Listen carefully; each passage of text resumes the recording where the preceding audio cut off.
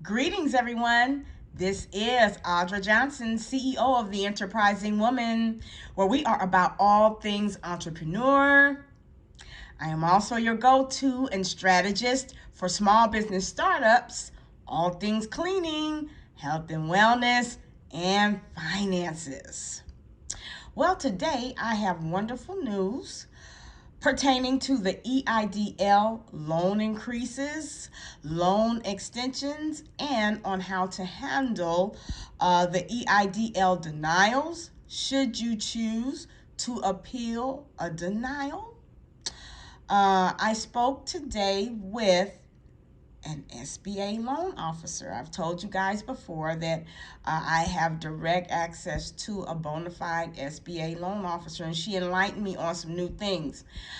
We know that President Biden's new infrastructure law has gone into effect, and that is a $1.2 trillion package.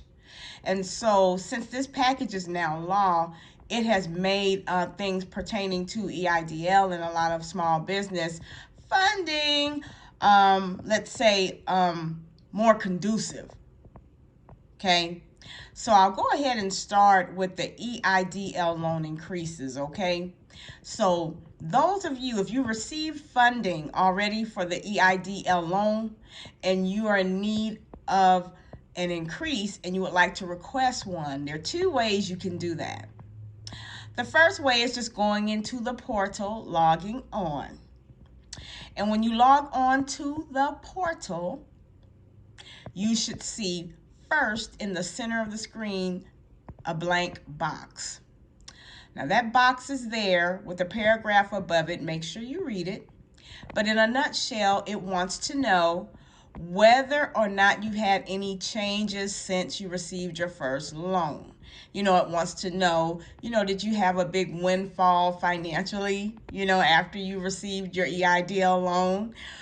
And it's really concerned about whether or not you're in bankruptcy status. But nevertheless, if none of those things apply to you, if nothing significantly has changed, that's pretty much the concern, if you've had any significant changes. If you have not, you just leave the box blank. But underneath the box, there are two green buttons. The second button is the button that you would push to ask for an increase. And so after you push that button, you will get a prompt. You just follow those instructions. Some instructions just tell you to wait for further instructions. You don't do anything until you get an email or something. So it's really important for you to stay on top of your email, your promotions, and your spam if you request an increase. Now, another way you can request your increase is by emailing the SBA at this email address. I'm going to spell it out. COVIDINCREQUESTS@sba.gov. So now I'll say it. You want to email it instead of requesting it through the portal. You just email COVID increase requests, and request has an S on the end, at sba.gov.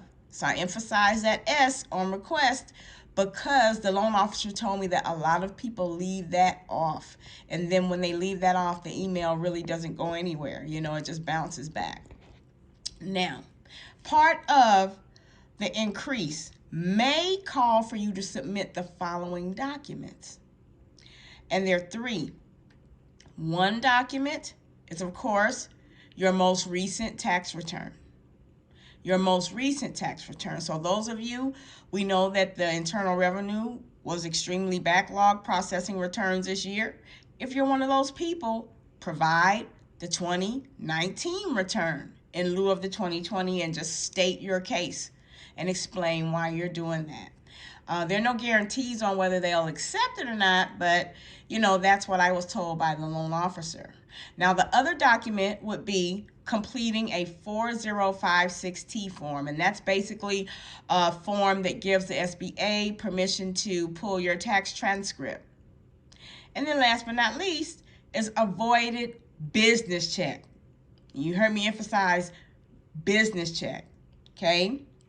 Now, if you are going to email your request for an increase, you want to make sure that you include your loan number that you received your first loan under. It's very important that you do that. You want to include your loan number, okay? And so those are the things that you will need to supply if you want to request an increase. Now, we know in the beginning of all the funding, we know that I believe the limit was about, $500,000. And we know since then it has increased to $2 million. So those businesses that can qualify, which I'm sure the larger corporations, they can gain, granted they meet the criteria, up to $2 million. Okay? Now, those of you that, let's say you have a business and when, we went into this global reset, let's say you felt like, you weren't sure or you never applied for an EIDL loan to begin with. Okay, if this is you, you still can apply for the EIDL loan slash, I say slash grant, but the loan officer did tell me that all the grant monies for EIDL, they were all absorbed a long time ago. But if you still want to request an initial EIDL loan, you're more than welcome to do that. You just go into the SBA portal, and you just go through the process. Now, those of you that have not applied for an EIDL loan, period, you've never received funding, you have until 11:59 p.m. December 31st, 2021 to apply. I'm going to say that again. You have until 11:59 p.m. December 31st, 2021 to apply. If you do not apply by that deadline, you will be ineligible. Okay? Now, as part of this new infrastructure bill, those that, let's say, applied for an, let's say, increase, or let's say they've been funded previously, they've already received an EIDL loan, they get up to 2 years after they applied for their initial loan to request an increase. Now, prior to this infrastructure bill passing, everyone that received a loan, if they desired an increase, they had to request their increase by 11:59, December 31st, 2021 as well. They fell in the same category. But because of the new infrastructure law, it gives those that have already been funded the opportunity to request more funding up to 2 years after the initial application. So that's a great thing, because we know that, as everything is somewhat resetting and everything is somewhat really fluid in our world. Those are just options that are available to those that want to take advantage of them. So those are some things that I wanted to share with you. Also, those that say, if you've been denied, let's say, well, you applied for an EIDL loan or you applied for an EIDL increase and you were denied. Okay, what you would want to do is just send an appeals request via email to this email address, pdcrecons@sba.gov. Okay, pdcrecons@sba.gov. Okay, so those are the things that you would need to do.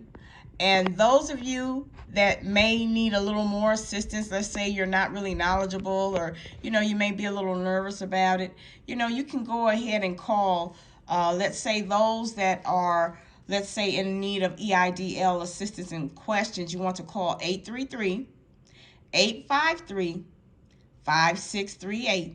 You may be on hold for a while, but they do give you the option to push a particular category, and you can have them call you back. So you can either wait and just be on hold, or you can go ahead and utilize the special function where it will call you back. So listen, I hope this helps somebody. Share it. These loans that have been taken out, the interest rate is only 3.5%. Now remember though, those that have taken out more than 25,000, you're PGing that loan, as in personal guaranteeing. You're putting your personal assets up against the loan. So just because there's an abundance of money out there, you must know that when you get over 25,000, you are personally guaranteeing that loan with your business as collateral. So use wisdom with what you have, and remember, stay encouraged. Know that there is plenty of opportunities out there, no matter how the economy looks. Listen, have a wonderful day, night, or evening. Talk to you later.